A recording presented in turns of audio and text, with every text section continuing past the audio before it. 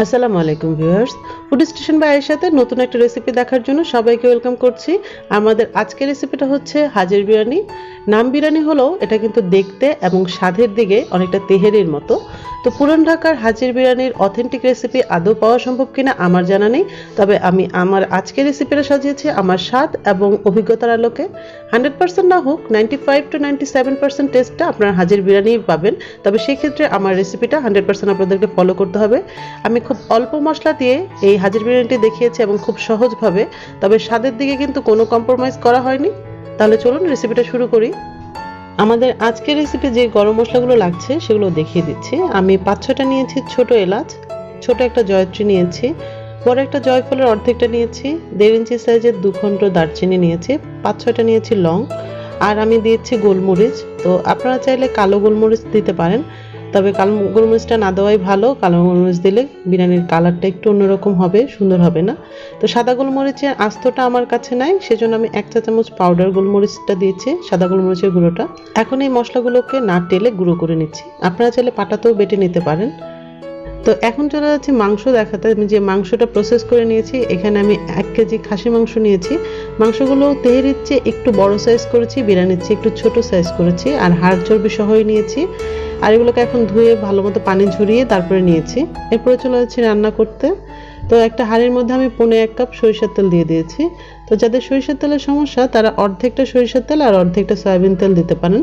তো তেলটা একটু গরম হলে এর সাথে দিয়ে দিয়েছি 2টা তেজপাতা ছিঁড়ে, আর দিয়ে দিচ্ছি 1 কাপের মতো পেঁয়াজ কুচি।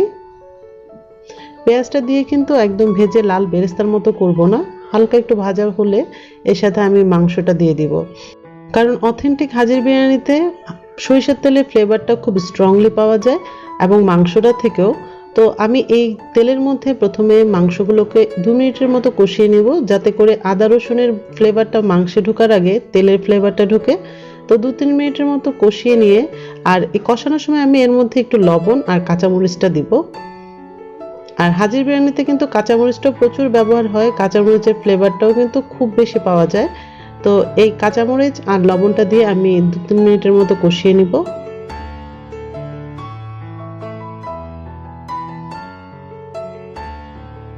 জাস্ট 2-3 মিনিট আমি এটাকে একটু নেড়েচেড়ে এই তেলের সাথে এর সাথে দিয়ে দিচ্ছি বাটা মশলা।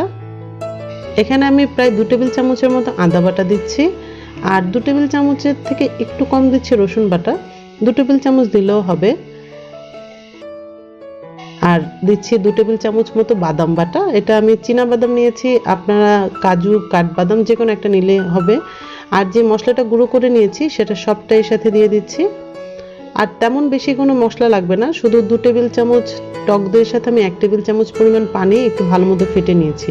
টক দইটা যখনই তরকারি বা যে কোনো খাবারের সাথে ব্যবহার করবেন রান্নাতে, তখন একটু পানি দিয়ে ফেটে নেবেন, এতে করে খুব মসৃণ হবে। তা না হলে কিন্তু চুলাতে দেওয়ার সাথে সাথে টক দইটা ছানা ছানা হয়ে যাবে, আর তরকারির যে গ্রেভিটা সেটার কিন্তু টেক্সচারটা ভালো আসে না।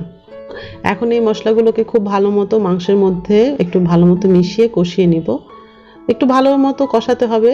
আর পরবর্তীতে আদা রসুন দেওয়ার কারণে আদা রসুনের কাঁচা গন্ধ আসার কোনো সম্ভাবনা নেই, কারণ খাসির মাংস, গরুর মাংস এগুলো কিন্তু হতে একটু সময় লাগে, যে কারণে মাংসটা রান্না হতে হতে কিন্তু মশলাটা অনেকটা কষে আসে।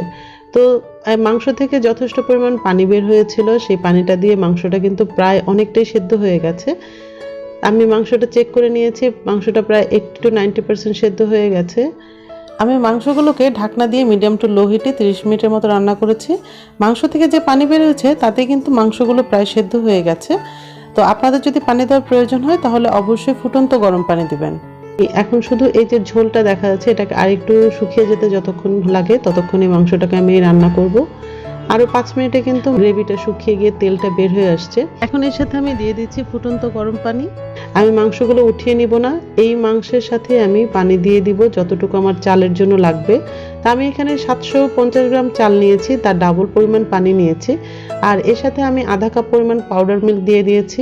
আপনারা চাইলে লিকুইড মিল্কটাও দিতে পারেন, কিংবা মাওয়া দিলেও ভালো হয়। তো চালটা আমি আগে ধুয়ে পানি ঝরিয়ে রেখেছি। পানি ঝরিয়ে নেওয়ার আগে আমি এটাকে প্রায় 15 মিনিটের মতো ভিজিয়ে রেখেছি, যাতে করে পোলাওটা ঝরঝরে হয়। তো পানিটা যখন ফুটে এসছে সেটা আমি চালটা দিয়ে দিয়েছি। আর চালটা দেওয়ার সাথে সাথে আমি এখানে প্রায় 10-15টার মতো কাঁচামরিচ দিয়েছি। কাঁচামরিচগুলো কিন্তু ফেলে দেওয়া যাবে না, তাহলে ঝালে খেতে পারবেন না। এই কাঁচামরিচটা দিয়েছি শুধুমাত্র ফ্লেভারের জন্য। আমি আগেই বলেছি হাজির বিরিয়ানি কিন্তু বেশ ফ্লেভারফুল হয় কাঁচামরিচ সরিষার তেলে, অন্য মশলার ফ্লেভার ততটা পাওয়া যায় না। তো এর সাথে আমি স্বাদ মতো লবণ দিয়ে ঢেকে দিয়েছি। তো পানিটা কিন্তু প্রায় চালের গায়ে গায়ে যখন চলে এসছে, আমি আবারও একটু লবণটা চেখে যে পরিমাণ লবণ দেওয়া লাগবে লবণটা দিয়ে আমি এটাকে মোটামুটি একটু নেড়ে চেড়ে দমের মধ্যে রাখবো। হাঁড়ির নিচে এই পর্যায়ে কোনো তাওয়া দিচ্ছি না, একদম চুলার আঁচটা লো করে দিয়ে আমি ঢাকনা দিয়ে 5 মিনিটের মতো দমে রাখবো।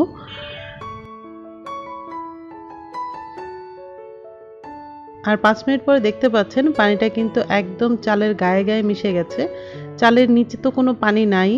এখন আমি চালটাকে একটু উল্টে পাল্টে দমে দিব। আর এই পর্যায়ে আমি হাঁড়ির নিচে একটা তাওয়া দিব,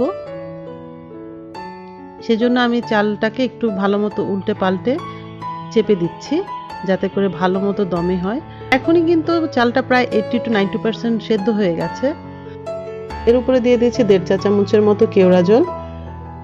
আর এই বিরিয়ানিতে কিন্তু কোনো ঘি যাচ্ছে না, কারণ ঘিয়ের ফ্লেভারের কারণে সরিষার তেলের ফ্লেভার বোঝাই যাবে না। এর নিচে একটা তাওয়া দিয়ে ঢাকনাটার ছিদ্রটা আটকে দিয়েছি। তো এভাবে আরও প্রায় 10 মিনিটের মতো দমে রেখেছি। 10 মিনিট পরে দেখতে পাচ্ছেন আমার হাজির বিরিয়ানি কিন্তু একদম হয়ে গেছে। তো ফ্লেভারটা তো আর আপনারা পাচ্ছেন না, কিন্তু দেখেই বুঝতে পারছেন কতটা ঝরঝরে হয়েছে। প্রতিটা চাল একদম পারফেক্টলি সেদ্ধ হয়েছে এবং প্রত্যেকটা চাল একটা থেকে সম্পূর্ণ আলাদা।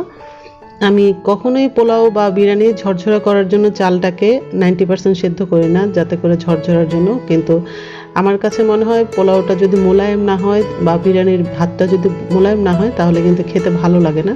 তো এটা আমার অভিজ্ঞতা থেকে আমি বলছি। তা এখন দেখাচ্ছি, দেখুন মাংসটাও কিন্তু খুব সুন্দর সেদ্ধ হয়ে গেছে। আর পোলাওটা দেখুন হাতে নিলেই বোঝা যাচ্ছে কতটা ঝরঝরে। আর এটা কতটা ফ্লেভারফুল হতে পারে আপনারা রান্নাটা যদি শুরু থেকে দেখেন তাহলে নিশ্চয়ই বুঝতে পারছেন।